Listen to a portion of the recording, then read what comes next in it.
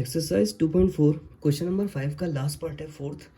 2y³ plus y square minus 2y minus 1 इसको हमें factorise करना है। अब क्योंकि ये क्यूबिक पॉलिनोमियल है यानी इसके 3 फैक्टर निकल के आएंगे, तो उसको करने से पहले मैं y की अलग अलग वैल्यूज़ को सपोज करूँगा और जिन वैल्यूज़ पर ये पूरा पॉलिनोमियल ज़ीरो हो जाएगा वहाँ से मेरा फैक्टर निकल के आएगा और उस फैक्टर से फर्दर के 2 फैक्टर मुझे पता चलेंगे। और शुरू करते हैं। तो y को अगर मैं ज़ीरो पुट कर लूँ इस पूरे पॉलिनोमियल के अंदर,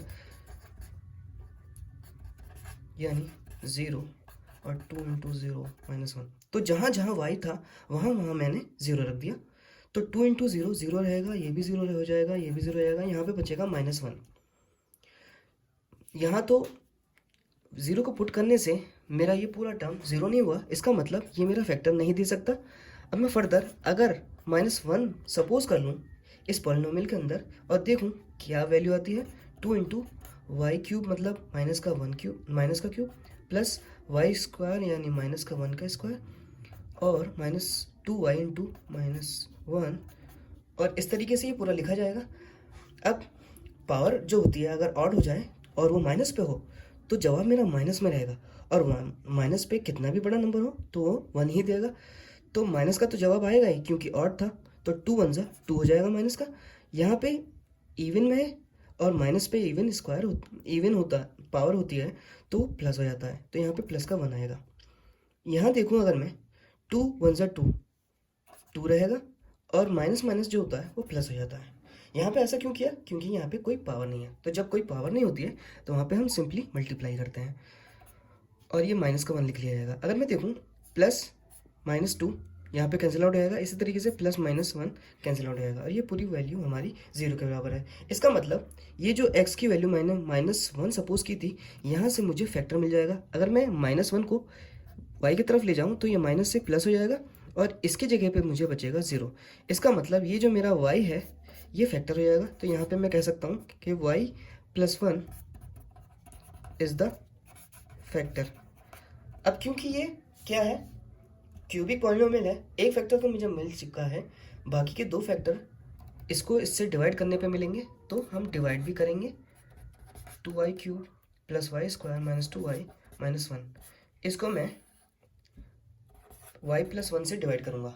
डिवाइड करने का क्या तरीका है? डिवाइड करने के लिए मैं इसके अंदर जो पहली टर्म है यानी 2y³ उसको मैं इस y से डिवाइड करूँगा ताकि मुझे जो है पता चल जाए कि क्या आने वाला है। 2 किसी से 2 इसके कोएफिशिएंट से डिवाइड होगा, यहाँ पे 1 है, 2 1 से डिवाइड होगा तो 2 बचेगा, और y ये दोनों क्या है, डिवाइड में है, और डिवाइड में बेस सेम होती है तो पावर क्या होती है, माइनस हो जाती है। तो यहाँ पे मेरा आएगा 2y²। अब मैं 2y² को अगर इनसे मल्टीप्लाई करूँ तो पहला तो 2y² इंटू वाई 2y³ के बराबर होगा, और 2y² इंटू 1 मेरा 2y² ही रहेगा प्लस का। उसके बाद हम क्या करते हैं, साइन को चेंज कर देते हैं।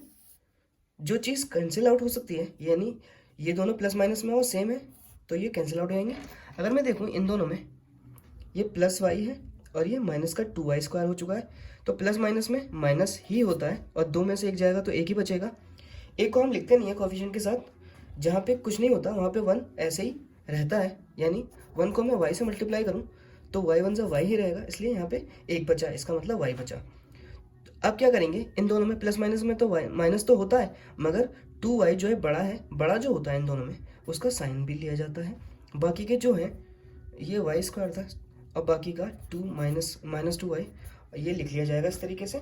इसके बाद यहाँ जो पहली टर्म है यानी माइनस का y वो अब इस y से डिवाइड किया जाएगा, और अगर मैं देखूँ प्लस माइनस डिवाइड में माइनस होता है और डिवाइड में पावर यानी जो बेस है सेम है तो पावर क्या होती है, माइनस हो जाती है। यहाँ पे पावर माइनस की है तो 2 माइनस 1, यहाँ पे मेरा जवाब बचेगा सिर्फ y टू द पावर 1 यानी माइनस y बचेगा।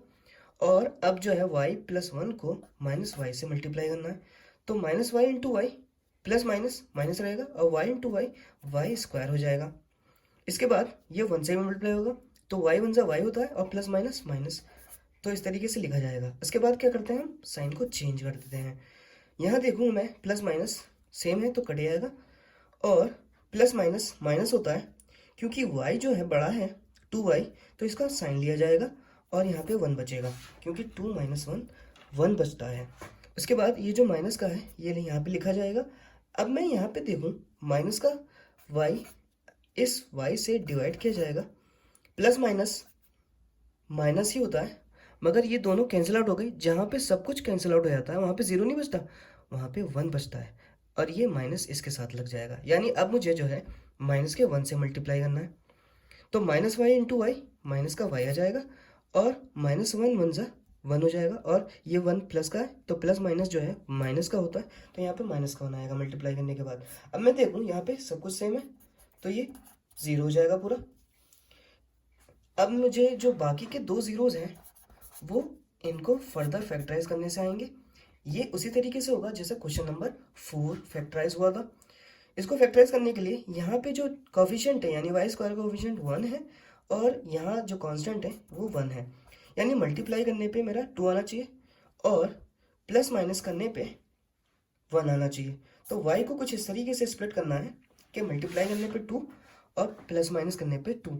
अगर मैं देखूँ 2 माइनस 1 1 होता है और 2 1 जा 2 भी है, यानी माइनस वाई को मैं माइनस 2y और प्लस वाई लिख सकता हूँ। मैंने माइनस 2y इसलिए लिखा है क्योंकि मुझे जवाब में माइनस वाई चाहिए था।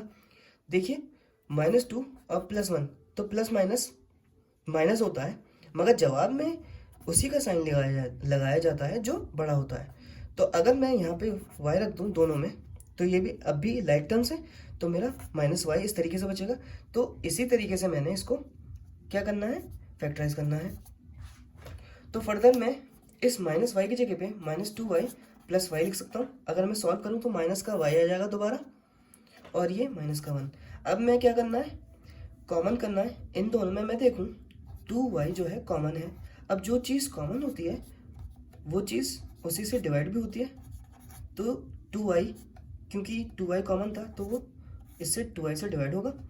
इन दोनों में अगर मैं देखूँ कुछ भी कॉमन नहीं होता है, वहाँ पे 1 कॉमन होता है, तो अंदर जो है इस तरीके से ये लिखा जाएगा।